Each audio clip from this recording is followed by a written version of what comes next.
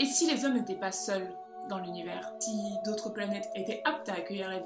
Et s'ils partaient coloniser l'univers? Que trouveraient-ils? Et si un jour, ils voulaient revenir? Long time no see! Salut! Si toi aussi tu as cru que j'avais posté une vidéo chelou pour te faire croire que je revenais, en fait non, eh ben tu t'es trompé. Ça faisait un moment que j'avais pas posté de vidéo, j'avais plus le contrôler sur la chaîne, la fin de l'année 2016 a été un petit peu difficile, mais ne croyez pas pour autant que j'ai végété tel un légume attendant que l'hiver passe. Non, que nenni. J'ai fait de très belles lectures, notamment SF, on va pas se mentir. Et j'ai des choses à vous dire.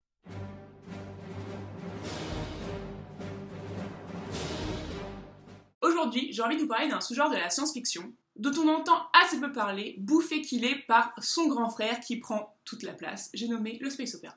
Donc, si tu as bien suivi, au fond, on suit, tu as dû comprendre qu'aujourd'hui, je n'allais pas te parler de space opera. Non. Aujourd'hui, je ne te parle pas de space opera, je te parle de planète opéra. Alors déjà, quelle est la différence entre space et planète opéra, me direz-vous? Elle est très simple. Le space opéra est tourné vers le voyage spatial. Ah, obvious. On y trouvera donc beaucoup de vaisseaux spatiaux, et la majorité des intrigues se passeront dans ces vaisseaux, au cours de voyages entre différentes planètes. On pourrait citer comme élément phare de ce genre Star Trek ou Star Wars par exemple. Au contraire, le Planète Opéra lui place son histoire, comme l'indique son nom, sur une planète. Wouh! Mais une planète étrangère que les héros auront pour but d'explorer et ou de coloniser. Plus largement, le Planète Opéra s'intéresse à ce qui se passe sur d'autres planètes et aux autres civilisations que l'on peut y trouver.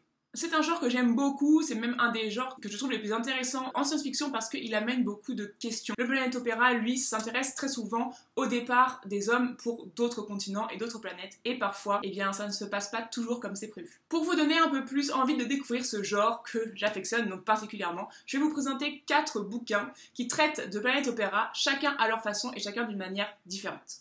Ces 4 ouvrages ont tous un point commun très fort, c'est qu'ils parlent de l'homme en tant que civilisation et de ses capacités à aller voir ce qu'il se passe ailleurs et à en faire quelque chose ou pas. Leur réflexion porte principalement sur la question suivante. Comment un morceau de l'humanité à présent éloigné de la Terre va-t-il évoluer? Continuera-t-il de respecter les règles en vigueur sur Terre? Va-t-il créer de nouvelles règles? Comment cette société va-t-elle évoluer sur ces planètes qui ne sont plus la Terre?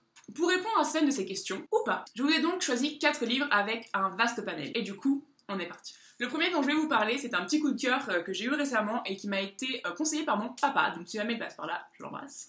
Il s'agit de Luna de Ian McDonald, donc c'est une sortie très récente, il me semble qu'il date de 2015 ou 2016, et c'est le premier tome d'une trilogie. Je parle de planète opéra, mais on pourrait dire que c'est un satellite opéra, puisque ici, les humains ont ici colonisé la Lune pour en exploiter les ressources en gaz et en minerais qui servent à présent à éclairer toute la Terre. Mais la société lunaire ne fonctionne pas du tout comme la société terrienne, c'est-à-dire que les règles qui s'appliquent sur Terre ne s'appliquent pas sur la Lune. Et une seule règle domine sur la Lune, tout s'achète et tout se négocie. Et sur ce petit monde en fait où tout se vend et où tout s'achète, on va suivre une de ces dynasties lunaires donc, qui ont été parmi les premières à investir la Lune et qui ont fait fortune et qui va en fait essayer d'imposer ses règles dans ce monde de requins où les contrats et les avocats font la loi. J'ai beaucoup aimé ce livre parce que même si le début est un petit peu compliqué à rentrer puisque donc il y a toute une dimension très politique sur cette lune, on découvre en fait à travers plusieurs personnages de la famille Corta comment ils en sont venus à être aussi riches, comment ils sont partis de rien, comment la lune s'est construite, comment il y a des guerres de pouvoir, comment la violence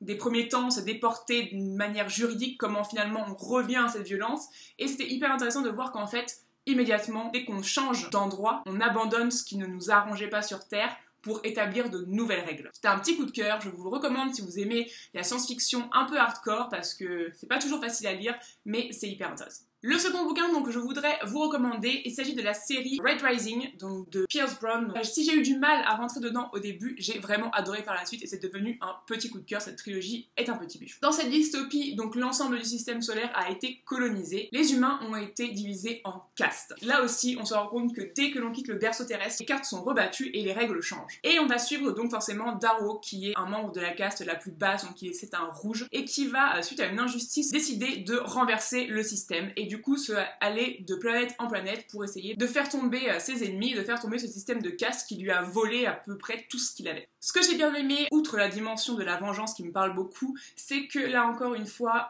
il y a toute une dimension et un contexte social, une mise en avant des inégalités, parce que même si on monte en caste, et que lui monte en caste et rencontre des castes qui sont supérieures à la sienne, on se rend compte que toutes les castes ont des problèmes et des inégalités, et que, encore une fois, seule la caste dominante rassemble tous les privilèges. J'aime le fait qu'on se rende compte que peu importe les planètes où le héros se retrouve, où il essaye d'aller, et ben c'est toujours la même merde, et c'est très intéressant de montrer que instinctivement, il semble logique de hiérarchiser la civilisation en caste, en clan, ou en degré de valeur, enfin d'une certaine façon, et c'est très symptomatique de la société en fait. Et du coup, c'était très intéressant de le voir là-dedans et de voir aussi comment on pouvait retourner les cartes des puissants contre. On arrive maintenant sur de la vieille science-fiction. Je vous ramène des femmes qui écrivent de la SF et ça me fait du bonheur. Pour une vision un peu différente, donc que je vous recommande, surtout si vous êtes familier du genre du space opéra ou du planet opéra, il s'agit de La Vague montante de Marion Zimmer Bradley, donc qui a été réédité il y a pas très longtemps chez Le Passager clandestin, donc cette super jolie petite édition.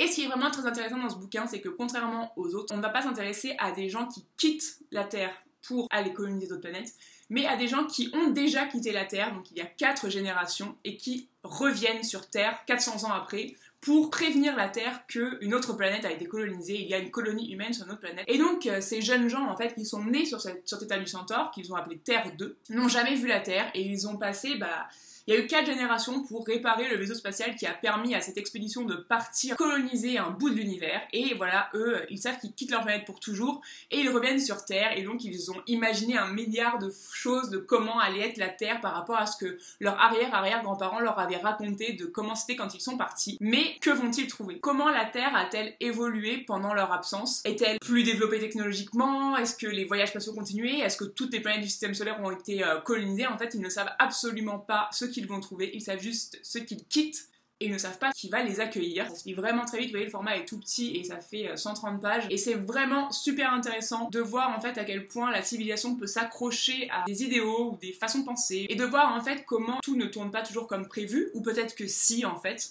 d'une certaine façon et comment certains arrivent à mieux s'adapter que d'autres à ce qu'ils trouvent une fois qu'ils ont passé le cap en fait de leurs illusions et de leurs fantasmes. Du coup, je vous recommande vraiment cette petite lecture parce que c'est vraiment le processus inverse et c'est vraiment très intéressant parce que c'est comme quand on part de chez nous, on quitte la ville où on a grandi et quand on revient des années après, rien n'est plus pareil mais rien n'a vraiment changé. Voilà, un petit coup de cœur que je vous recommande. Enfin, je ne pouvais pas ne pas vous reparler de ce livre qui est absolument génial et qui est La main gauche de la nuit d'Ursula Le Guin. Donc voici l'édition de mon papa achetée en 1970, merci papa encore une fois, qu'il m'a prêté pour l'occasion et que je ne peux que vous recommander. Ici aussi, donc dans cette histoire, l'humanité a essaimé aux 4 coins de la galaxie. Il y a une société qui s'est fondée qui s'appelle l'Écumène, qui est en fait un rassemblement de planètes qui se coordonnent pour favoriser le commerce, la culture et les échanges entre les planètes. Et nous allons suivre donc le héros qui s'appelle Genry Ai, qui est un envoyé, c'est-à-dire qu'il va sur des planètes qui ne savent pas encore qu'elles ne sont pas seules dans l'univers, pour leur proposer de rejoindre ce groupement de planètes qu'est l'Écumène et ainsi profiter de tous les avantages économiques, sociaux et culturels que peut leur apporter le fait de savoir et d'être en contact avec d'autres planètes du système. Donc Genry est envoyé sur une planète qu'ils appellent Nivose, qui est une planète gelée la plupart du temps, et il va être confronté à un fait qui est absolument unique dans l'univers puisque c'est la seule planète où les humains sont asexués. Donc Genry arrive sur cette planète où en apparence tout est comme sur les autres planètes, sauf que la société est totalement différente car elle n'est plus basée sur le genre ou le sexe. Cette absence de sexualité visible a donné naissance à une société complètement différente dont les tabous, les inégalités sociales et même les discriminations ne sont plus basées donc ni sur le genre ni sur le sexe mais sur d'autres choses. Et pour Genry c'est assez compliqué parce que déjà lui il passe pour une abomination de la nature parce qu'il est tout le temps en rut comme ils disent et il trouve que c'est une perversion absolument infâme et ignoble, mais en plus il ne comprend pas comment cette société fonctionne et c'est très dur pour lui du coup d'essayer de s'intégrer et de leur expliquer qui il est et ce qu'il veut. Parce que pour eux le sexe n'existe pas. En fait tous les mois les habitants de Nivose vont prendre pendant 3 jours aléatoirement un sexe ou l'autre le temps de ce qu'on appellerait nous les menstruations, la période des règles. Et du coup, un être humain de cette planète peut être 2 fois de suite mère et porter des enfants, et 3 fois de suite père. Et ils sont pas définis par les termes homme ou femme. Et du coup, c'est hyper intéressant parce que c'est vrai, après tout, à chaque fois, ou très souvent dans la science-fiction, on imagine des sociétés qui nous ressemblent, donc des sociétés bisexuelles.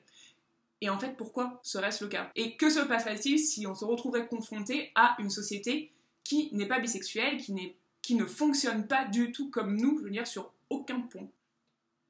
La SF et plus particulièrement ici, donc dans cette petite sélection que je vous ai fait, le Planet Opera, c'est vraiment un laboratoire d'expérimentation, dont le sujet principal reste très souvent l'homme, la société et la civilisation humaine. C'est une sorte de grande étude sociologique hein, où toutes les hypothèses d'évolution sont envisageables. Et personnellement, moi c'est ça qui me fait vibrer dans la science-fiction, c'est l'infinité des possibles que contiennent ces deux simples mots « et si ». Voilà, cette vidéo touche maintenant à sa fin. J'espère qu'elle vous aura plu et donné quelques idées de lecture. N'hésitez pas à me donner en commentaire votre livre de planète ou de space opéra préféré, parce qu'on n'a jamais trop de recommandations. Sur ce, je vous embrasse super fort et je vous dis à très vite dans une prochaine vidéo. Bisous!